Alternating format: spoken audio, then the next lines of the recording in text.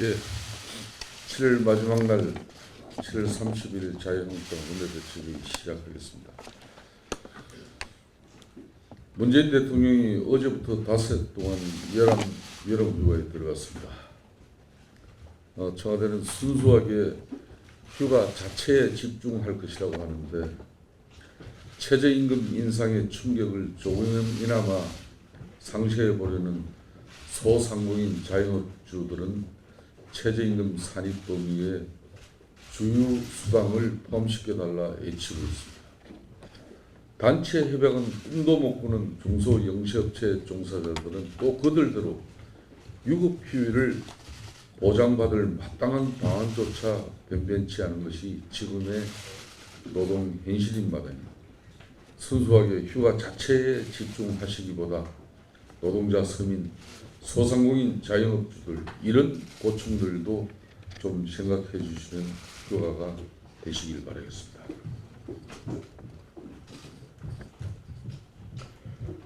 대통령이 휴가 간다고 하시니까 임종석 실장도, 정태호 일자리 지속도, 김의겸 대변인도, 권혁기 춘추관장도, 이정도 총무비서관도 모두 휴가를 떠난다고 하시는데 청와대가 집단으로 개정 휴업이라도 하라는 것인지, 이 폭염 와중에도 서민들은 등골이 휘고 있다는 현실만 잊지 말아주시길 바라겠습니다. 지난주 금요일 청와대에서 열린 정군 주요 지휘관 회의에서 난데없이 총선 구호가 터져나왔다고 합니다.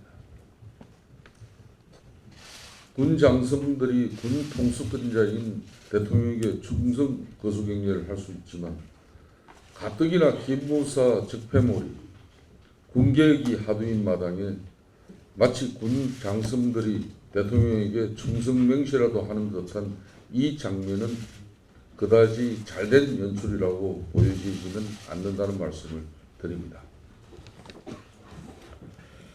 군 인권센터라는 시민단체는 연이어 군 내부 기밀을 폭로하고 대통령은 이에 장단이라도 맞추듯 연이어 지시사항을 발표하고 군 개혁을 국방부가 하는 건지 시민단체가 하는 건지 헷갈릴 지경인 마당에 군조차 정권에 길들이려고 해서는 안 될 것입니다.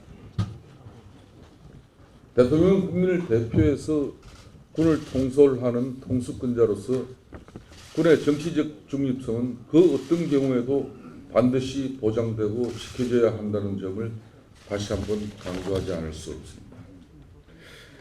이참에 군 인권센터에 대해서 한 말씀 드리겠습니다.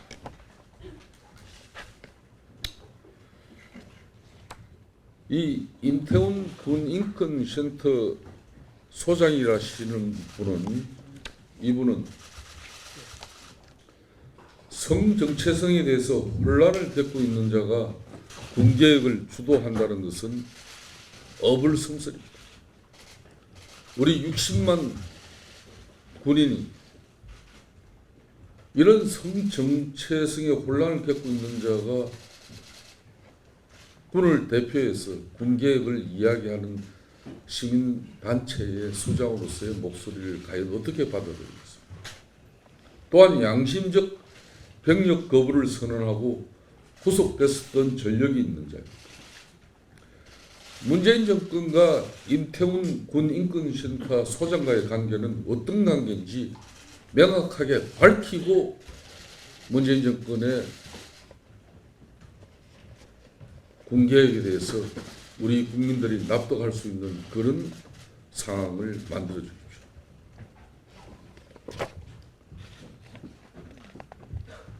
자유한국당은 이런 군인권센터가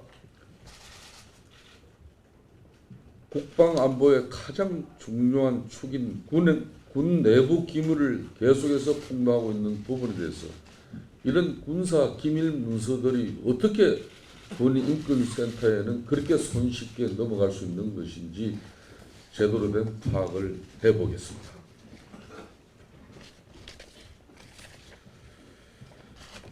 일부 가정에만 적용되고 있는 전기요금 누진제가 또다시 서민들 가슴을 옥죄고 있습니다.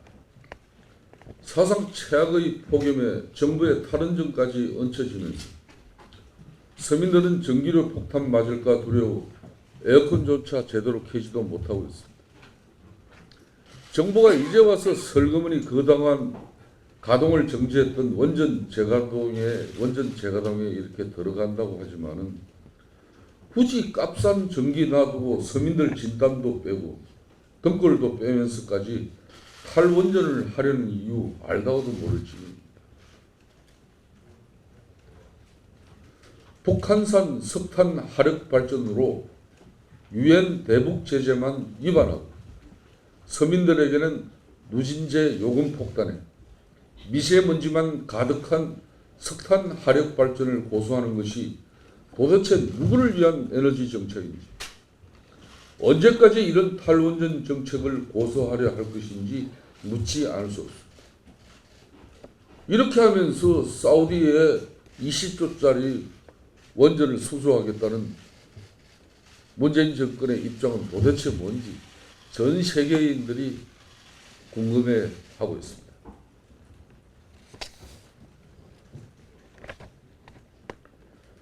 분배에 주안점을 두었던 소득주도 성장이 재분배에 방점을 두는 포용적 성장으로 기조를 살짝 바꾸고 있습니다. 임금 가속 인상에 이어서 이번에는 세금 가속 인상이 벌어질 판입니다.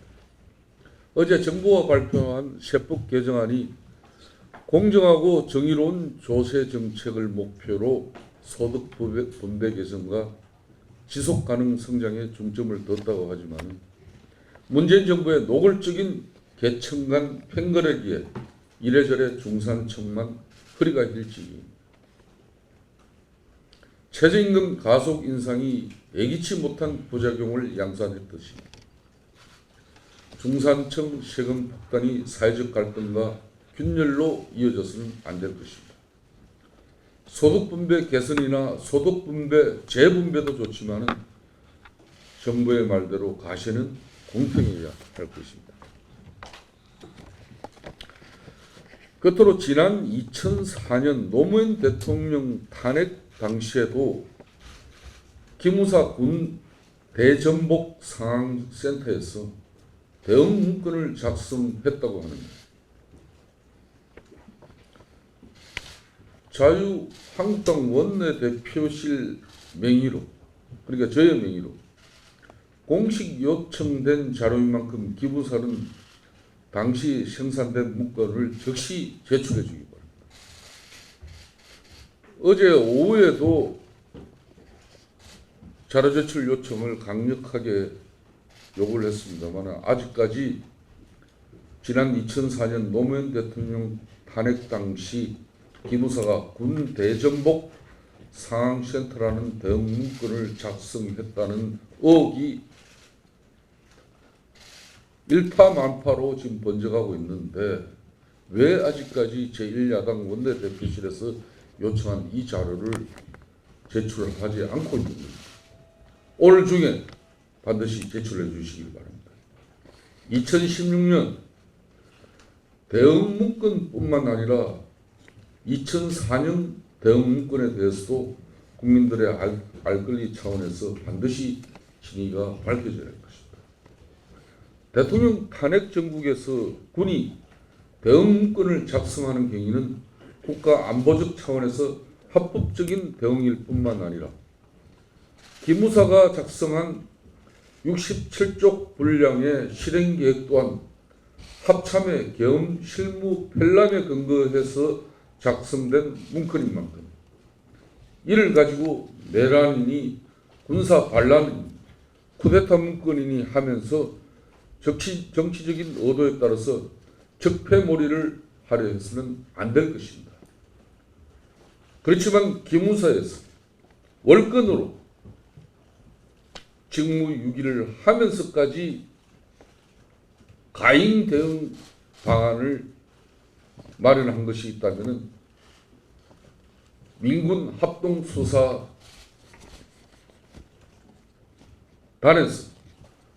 한 점 의혹 없이 명명백백하게 수사를 밝혀 온전한 처벌이 이루어져야 한다는 점도 분명히 밝힙니다. 더구나 청와대 김의겸 대변인에 의해서 기무사 해당 문건이 공개된 시점이 지난 20일이었습니다. 지난 20일 날 김의겸 청와대 대변인이 기무사 해당 문건을 이렇게 흔들었습니다. 2급 군사 기밀에 해당하는 문건을 어떻게 청와대 대변인이 손에 들고 나와서 흔들어댈 수 있었는지 그 경위도 상세히 밝혀져야 할 것입니다.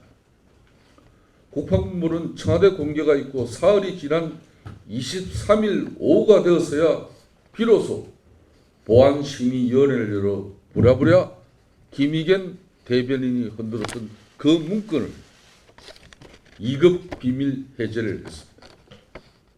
2급 비밀로 지정하지 않았고 형식상 2급 비밀이 아닌 것으로 판단했다는 국방부의 설명은 그렇다면 2급 비밀도 아닌 문건을 두고 보안심의위원회까지 열어서 비밀 해제를 했다는 말인지 해명을 하더라도 앞뒤가 맞는 해명을 해주기 바랍니다.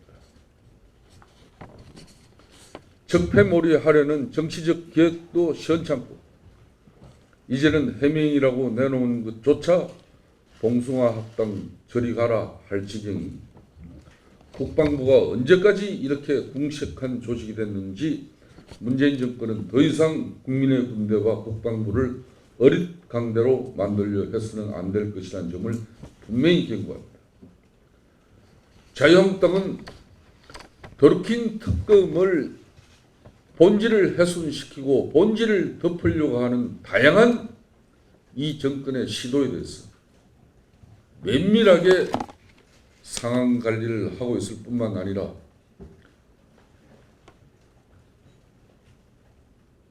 드루킹 특검 수사에서 국민적 진실이 낱낱이 파헤쳐질 날도 얼마 남지 않았다는 게 자유한국당의 입장입니다. 노회찬 전 대표의 안타까운 죽음에 대해서는 다시 한 번 더 맹복을 빌면서 두 번 다시 정치권에 이런 불행한 일은 없어야 된다고 봅니다. 그렇지만 드루킹 특검의 노회찬 대표의 죽음은 결코 본질이 아닙니다.